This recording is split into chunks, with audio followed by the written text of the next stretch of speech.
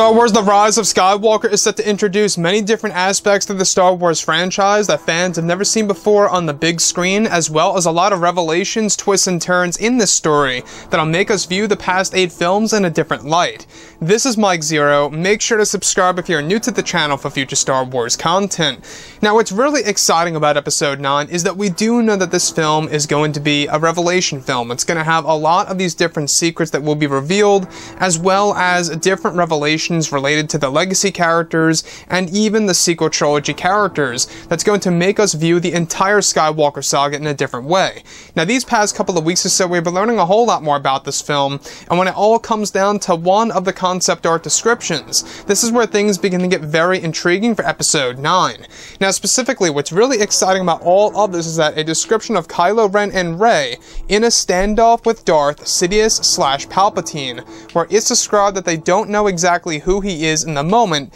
and is said to be a sequence before they battle Palpatine. It's described that one of the scenes involves a moment in which Palpatine pulls back his hood, where he reveals who he once was and exactly how he was reborn. It's described that the sequence in particular will change how fans view Return of the Jedi, where Palpatine reveals how he was able to live during the Death Star 2 explosion to Rey and Kylo Ren. It's said that Palpatine reveals that before the events of Return of the Jedi, he met with one of the Dark Acolytes who gave him a necklace of some kind that held a large red crystal attached to it that was said to hold a strong connection to the beyond. The device given to Palpatine by the Dark Acolyte was said to be used as a way to transfer one's consciousness into the spiritual realm before one's death as an emergency, and that Palpatine wore this necklace device underneath his cloak as Vader threw Palpatine down the shaft of the Death Star 2. Additionally, it's described that some of Palpatine's dark side energy stayed with Luke Skywalker's green lightsaber when Palpatine was holding on to it, and that was Palpatine's spirit's way of connecting with Luke on multiple occasions, in between the events of the originals and sequels. However, it's described that the dark energy transfer was unintentional by Palpatine into Luke's green saber. So let's go over a couple of parts about this. Now, this easily changes how we view Return of the Jedi, and I can only imagine how a lot of people would have mixed reactions on this once The Rise of Skywalker drops and hits theaters this December of this year. So, this is actually a moment in which Palpatine reveals to Rey and Kylo exactly how he, the legendary Darth Sidious/Palpatine, one who ruled the galaxy for decades, was able to survive the Death Star 2 explosion. Now, it's all because of the Dark Acolyte handing Palpatine a specific device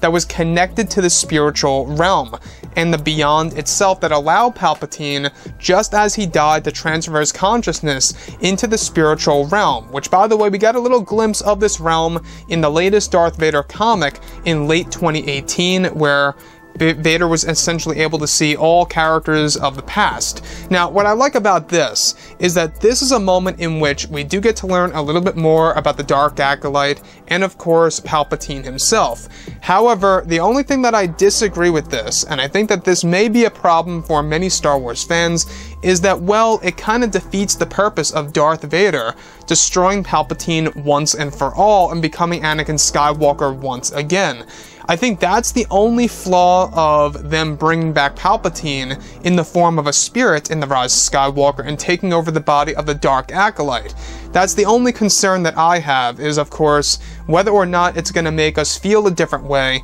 with Return of the Jedi. But nonetheless, this does change how we view the movie. Now, the other thing is that just before the events of Return of the Jedi, we're talking about days or weeks here, maybe even a month at most, before the events of Episode 6, is that the Dark Acolyte handed Palpatine this device, and Palpatine wore it underneath his cloak secretly. So, it seems as though the Palpatine knew that he was dying for natural causes, through the dark side energy decaying his body, or he knew that Vader perhaps was plotting something against him, for all we know. Now, the one thing that I do know about Episode 9 is that we also know that J.J. Abrams is trying his very best in order to really make Palpatine as sinister of a character as ever in this movie, and he's finding different ways in order to do that. Now, him being in the form of a spirit and in the body of the Dark Acolyte is pretty mind-blowing, I will admit. I think that it definitely does match directly up with what John Boyega said, where John Boyega was replying, I believe it was at Celebration, where everyone was asking him about Palpatine,